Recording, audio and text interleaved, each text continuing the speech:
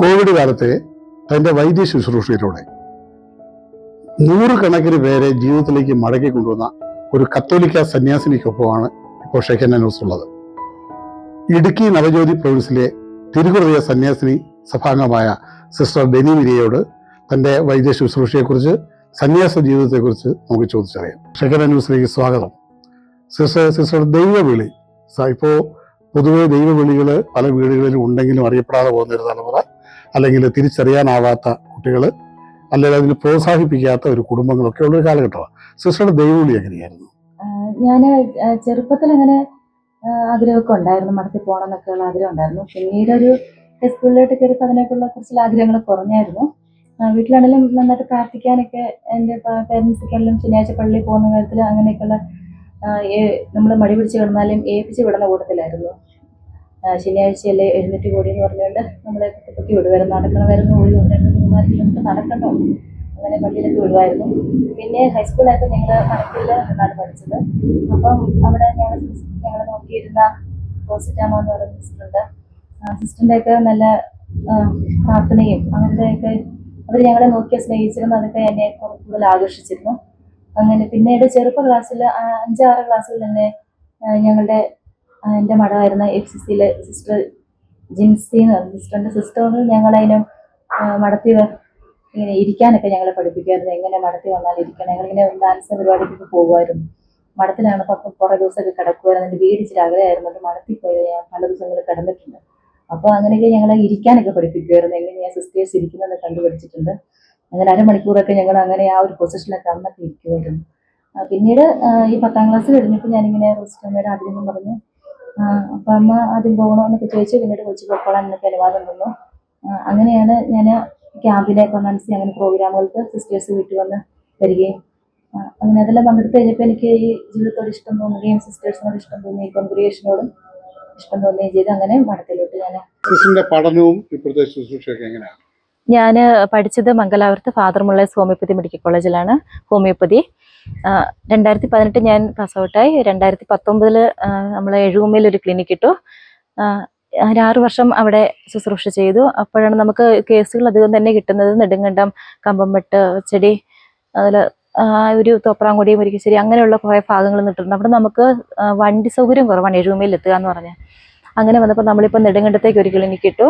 അപ്പോൾ 3 ദിവസം എഴുകുമ്മയിലും ബാക്കി 3 ദിവസം നെടുങ്കണ്ടത്തുമായിട്ട് ശുശ്രൂഷ ചെയ്യുന്നു. ഇപ്പോൾ ഈ കഴിഞ്ഞ കോവിഡ് കാലഘട്ടത്തിൽ സിസ്റ്റർ ഏറെ സേവനം ചെയ്തു എന്നുള്ള ഒരു ഇതിന്റെ അടിസ്ഥാനത്തിലാണ് സിസ്റ്ററിന് ഈ സമർപ്പിത സംഗമത്തിൽ വെച്ച് ഇടുക്കി രൂപേഴ്സിന് ഒരു അവാർഡ് നൽകി ആദരിക്കുകയുണ്ടായി.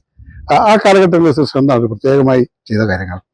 അന്നത്തെ കാലത്ത് നമ്മൾ കോവിഡ് ആയിരുന്ന ഒരു 1000-ഓളം കേസുകൾ ചെയ്തിട്ടുണ്ട്. പോസ്റ്റ് കോവിഡ് ചെയ്ത് വെച്ചാൽ ക്യാമ്പുകൾ നടത്തി പല സ്ഥലങ്ങളിലായിട്ട്. കോവിഡിന്റെ സമയത്ത് നമ്മൾ വീട്ടുകാർ ആരെങ്കിലും വന്ന് മരുന്ന് മേടിച്ചുകൊണ്ട് പോകും. പിന്നെ ഫോൺ വഴി ഫോൺ കൺസൾട്ടേഷൻ നടത്തുന്നത്, വീഡിയോ കോൾ, ഓഡിയോ കോൾ, അങ്ങനെ അവരെ കണ്ട് ചെയ്യുവാണ് ചെയ്തുകൊണ്ടിരുന്നത്. അങ്ങനെ ഒരു 500-ഓളം കോവിഡ് തന്നെ ചെയ്തു. അത് ICU പേഷ്യൻസ് ഉണ്ടായിരുന്നു. പിന്നെ മറ്റ് ക്യാമ്പുകളിലൊക്കെ കഴിഞ്ഞിരുന്ന കുറേ ആൾക്കാരുണ്ടായിരുന്നു. ഇവരെ നമ്മൾ നേരിട്ട് കണ്ടിട്ടില്ല. എല്ലാം ഫോൺ കോൾ വഴി എല്ലാം ചെയ്തുകൊണ്ടിരുന്നത്. എനിക്ക് കോവിഡ് കാലത്തൊരു കമ്പംമെട്ടിൽ നിന്ന് ഒരു അമ്മച്ചിയെ കിട്ടിയായിരുന്നു, പേഷ്യൻസിനെ കിട്ടിയായിരുന്നു. അമ്മച്ചിക്ക് കോവിഡ് കഴിഞ്ഞ് പിന്നെ ഈ ശ്വാസം മുട്ടലായി, ഓക്സിജൻ സിലിണ്ടർ വെച്ച് ടോയ്ലറ്റിൽ പോലും പോകാൻ പറ്റാതെ കട്ടിലെന്ന് എഴുന്നേക്കാതെ കിടന്നൊരു അമ്മച്ചിയായിരുന്നു. നമ്മുടെ മെഡിസിൻ കൊടുത്ത് നമുക്ക് അമ്മച്ചീനെ 2 ദിവസം കൊണ്ട് ടോയ്ലറ്റിൽ പോകാറാക്കി. അതിനുശേഷം വീണ്ടും നടക്കാറാക്കി. അങ്ങനെ കംപ്ലീറ്റ് ഓക്സിജൻ സിലിണ്ടർ മാറ്റി അമ്മേനെ പഴയ ഒരു ജീവിതത്തിലേക്ക് കൊണ്ടുവരാൻ സാധിച്ചു. അത് വലിയൊരു അനുഭവമായിരുന്നു. ആ നാട്ടുകാർക്കും നമുക്കും ഡോക്ടേഴ്സിനെല്ലാം തന്നെ ഒരു അനുഭവമായിരുന്നു. അതുപോലെ തന്നെ നമുക്ക് തൊടുപുഴയിൽ നിന്ന് 2-3 കേസുകൾ കിട്ടിയെന്ന്. അത് ICU കേസുകളായിരുന്നു. അപ്പോൾ വെന്റിലേറ്ററിലോട്ട് മാറ്റേണ്ട ഒരു കണ്ടീഷനിലാണ് നമുക്ക് ആ കേസ് അവർ വീട്ടുകാർ വരുന്നത്. അപ്പോൾ നമ്മൾ പെട്ടെന്ന് തന്നെ എമർജൻസി മെഡിസിനൊക്കെ ഇവിടുന്ന് പെട്ടെന്ന് വണ്ടി വന്ന് കൊണ്ടുപോവുകയും കൊടുത്ത് അമ്മച്ചീനെ അമ്മച്ചിയാണ് ചാച്ചനാണ്, ഞാനിപ്പോൾ ഓർക്കുന്നില്ല, ചാച്ചനുണ്ടായിരുന്നു എന്ന് ഒരു അമ്മച്ചി ഉണ്ടായിരുന്നു. അവർ മരുന്ന് കൊടുത്ത് നമ്മൾ ICUന്ന് ഇറക്കാൻ സാധിച്ചു. അത് വളരെ റിസ്ക് പിടിച്ചൊരു കേസായിരുന്നു. കാരണം മറ്റ് ഇംഗ്ലീഷ് ആശുപത്രി കിടക്കുന്നു, നമ്മുടെ മെഡിസിൻ കൊടുക്കണം. അപ്പം അതും പതുങ്ങി എല്ലാം ഈ മെഡിസിന് ഇടയ്ക്കിടയ്ക്ക് കൊടുത്ത് അവരുടെ മെഡിസിൻ്റെ ഒപ്പം തന്നെ ഇതുകൊണ്ട് കൊടുത്താണ് ഇവരെ ഇറക്കാൻ സാധിച്ചത്. അവർ നമ്മൾ കണ്ടിട്ടില്ലെങ്കിലും നമുക്കതൊരു ഇന്ന് എൻ്റെ അനുഭവമാണ്. കാരണം അവർ പിന്നീട് വിളിച്ചിരുന്നു, ICUന്ന് ഇറക്കി സന്തോഷമായിട്ടിരിക്കുന്നവർ. ഈ കഴിഞ്ഞ ഇടയ്ക്ക് സമർപ്പിത സംഗമത്തിലെ സിസ്റ്റേഴ്സിൻ്റെ വിളിച്ചു കൂട്ടിയായിരുന്നു ഇടുക്കി രൂപത. അവിടെ നമുക്ക് പല മേഖലകളിൽ ശുശ്രൂഷ ചെയ്യുന്നവർക്ക് അവാർഡ് നൽകിയിരുന്നു. അതിൽ മെഡിക്കൽ ഫീൽഡിൽ വർക്ക് ചെയ്യുന്ന ശുശ്രൂഷയിൽ എനിക്കാണ് ഈ വർഷത്തെ അവാർഡ് കിട്ടിയത്. അത് ഞാൻ ദൈവത്തോട് നന്ദി പറയുന്നു. സിസ്റ്റർ, പലപ്പോഴും ഈ കത്തോലിക്ക സന്യാസ ജീവിതം ഒരു തടവറയാണ്. അറിവില്ലാത്ത പ്രായത്തിൽ സന്യാസ ജീവിതത്തിലേക്ക് പോകുന്നു, പിന്നെ അവർക്ക് ജീവിക്കാനുള്ള അവകാശങ്ങളൊക്കെ നിഷേധിക്കപ്പെടുന്നു. അങ്ങനെയൊക്കെയുള്ളൊരു തെറ്റായ ചർച്ചകളൊക്കെയാണ് ഇപ്പോൾ സമൂഹ മാധ്യമങ്ങളൊക്കെ നടക്കുന്നത്. ശരിക്കും നമ്മുടെ അഭിരുചിക്കനുസരിച്ച് പഠിക്കുവാനും ശുശ്രൂഷ മേഖലകളിലേക്ക് നമ്മുടെ സന്യാസ ജീവിതത്തിനുള്ളിൽ നിന്നുകൊണ്ട് സേവനങ്ങളിലേക്ക് കടന്നു പോകാനൊക്കെ സഭാ സമൂഹം, സന്യാസ സമൂഹം ഏറെ പിന്തുണ നൽകുന്നുണ്ടോ, സ്വാതന്ത്ര്യം നൽകുന്നുണ്ടോ? തീർച്ചയായും പിന്തുണ നൽകുന്നുണ്ട്. നമുക്ക് ശരിയാണ്, 10ാം ക്ലാസ് കഴിഞ്ഞാൽ +2 കഴിഞ്ഞിട്ടാണ് നമ്മൾ പോകുന്നതെങ്കിലും നമുക്ക് അതിന് 6 വർഷത്തെ അല്ലെങ്കിൽ 7 വർഷത്തെ ഫോർമേഷൻ പീരീഡ് ഉണ്ട്. ആ സമയത്ത് വേണം നമുക്ക് എപ്പോൾ വേണമെങ്കിലും നമുക്ക് താല്പര്യമില്ലെങ്കിൽ തിരിച്ചു പോരാം. നമ്മളത് ജസ്റ്റ് നമ്മളതിൻ്റെ സന്യാസ ജീവിതം മനസ്സിലാക്കുന്ന എന്താണെന്ന് പഠിക്കുന്ന സമയമാണ്. വീണ്ടും നമുക്ക് നിത്യവ്രതത്തിന് മുമ്പും വീണ്ടും സമയമുണ്ട്. 9 വർഷം വരെ വീണ്ടും കാലയളവുണ്ട്. അപ്പോഴും നമുക്ക് വേണമെങ്കിൽ നമുക്ക് ഈ ജീവിതത്തോട് താല്പര്യമില്ലെങ്കിൽ നമുക്ക് തിരിച്ചു പോകാം. ആരും നമ്മളെ നിർബന്ധിച്ചല്ല ഈ വ്രതമൊന്നും എടുക്കുന്നത്. നമ്മുടെ സ്വന്തം താല്പര്യവും സ്വന്തം ഇഷ്ടവും നമ്മളിത് മനസ്സിലാക്കി ഇതിൻ്റെ ജീവിതം എന്തെന്ന് അറിഞ്ഞിട്ട് തന്നെയാണ് നമ്മൾ തീരുമാനം എടുക്കുന്നത്. പിന്നെ തടവറയൊക്കെ എന്ന് പറയുമ്പം അങ്ങനെ എനിക്ക് തോന്നുന്നില്ല, അങ്ങനെ ആരും തന്നെ സിസ്റ്റേഴ്സിൽ തോന്നുന്നില്ല. കാരണം നമ്മൾ പഠിക്കാൻ പോകുമ്പോൾ തന്നെ നമുക്ക് അധികാരികൾ നമ്മളോട് ചോദിക്കാറുണ്ട്, നിങ്ങൾക്ക് എന്ത് ഫീൽഡാണ് ഇഷ്ടം, അല്ലെങ്കിൽ നിങ്ങളുടെ ഒരു താല്പര്യം ചോദിക്കാറുണ്ട്. അല്ല, വലിയ റെയറായിട്ട് മാത്രമേ ഇല്ല സഭയുടെ ഒരു ആവശ്യത്തിന് വേണ്ടി നമുക്ക് പഠിക്കേണ്ടി വരും അങ്ങനെ പോകുന്നത്. അപ്പം നമുക്ക് നമ്മുടെ ഇഷ്ടങ്ങൾ പറയാം. അപ്പം അതിനോട് ചേർന്നുള്ള ഫീൽഡ് തന്നെ നമുക്ക് തരുന്നുണ്ട്.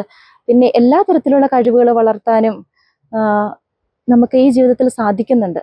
സന്യാസ ജീവിതത്തിലല്ല, പൗരോഹിത്യ ജീവിതത്തിലൂടെ ഈശോയ്ക്ക് വേണ്ടി ജീവിക്കുവാൻ, അല്ല സാക്ഷ്യം വഹിക്കുവാൻ നമുക്ക് സാധിക്കണം. അതിനുവേണ്ടിയുള്ള നല്ല ദൈവവിളികൾ ഉണ്ടാകണം. ഇന്നത്തെ കാലത്ത് നമുക്കറിയാം ഒരുപാട് പ്രതിസന്ധികളും പ്രശ്നങ്ങളൊക്കെ ഉണ്ട്. അല്ലെങ്കിൽ 1-2 കേസുകളൊക്കെ ചാനലിൽ കൂടെ നമുക്ക് നെഗറ്റീവായിട്ട് കേൾക്കുമ്പോൾ അതാണ് സന്യാസം അല്ലെങ്കിൽ പൗരോഹിത്യം എന്ന് നമ്മളൊക്കെ തെറ്റിദ്ധരിക്കപ്പെടാറുണ്ട്. അതല്ല, അതിൽ കൂടുതൽ സാക്ഷ്യം ജീവിക്കുന്ന, വിശുദ്ധരായി ജീവിക്കുന്ന അനേകം ജീവിതങ്ങളുണ്ട്. അതുപോലെ ഈശോയ്ക്ക് വേണ്ടി ജീവിക്കുവാനുള്ള ആഗ്രഹത്തോടെ നമ്മൾ കടന്നു വരുമ്പോൾ നമുക്ക് ഈ ബുദ്ധിമുട്ടുള്ള പ്രതിസന്ധികളൊക്കെ നമുക്ക് ഇതെല്ലാം തരണം ചെയ്യാനും ദൈവം നമുക്ക് അതിനുള്ള കൃപ തരും, ഈ ജീവിതം ജീവിക്കുവാനുള്ള. സിസ്റ്റർ, ഈ സന്യാസ പൗരോഹിത്യ ജീവിതങ്ങളിലേക്ക് ദൈവവിളി തിരിച്ചറിഞ്ഞ് വരാനുള്ള തലമുറയോട് സിസ്റ്റർക്ക് എന്താണ് പറയാനുള്ളത്?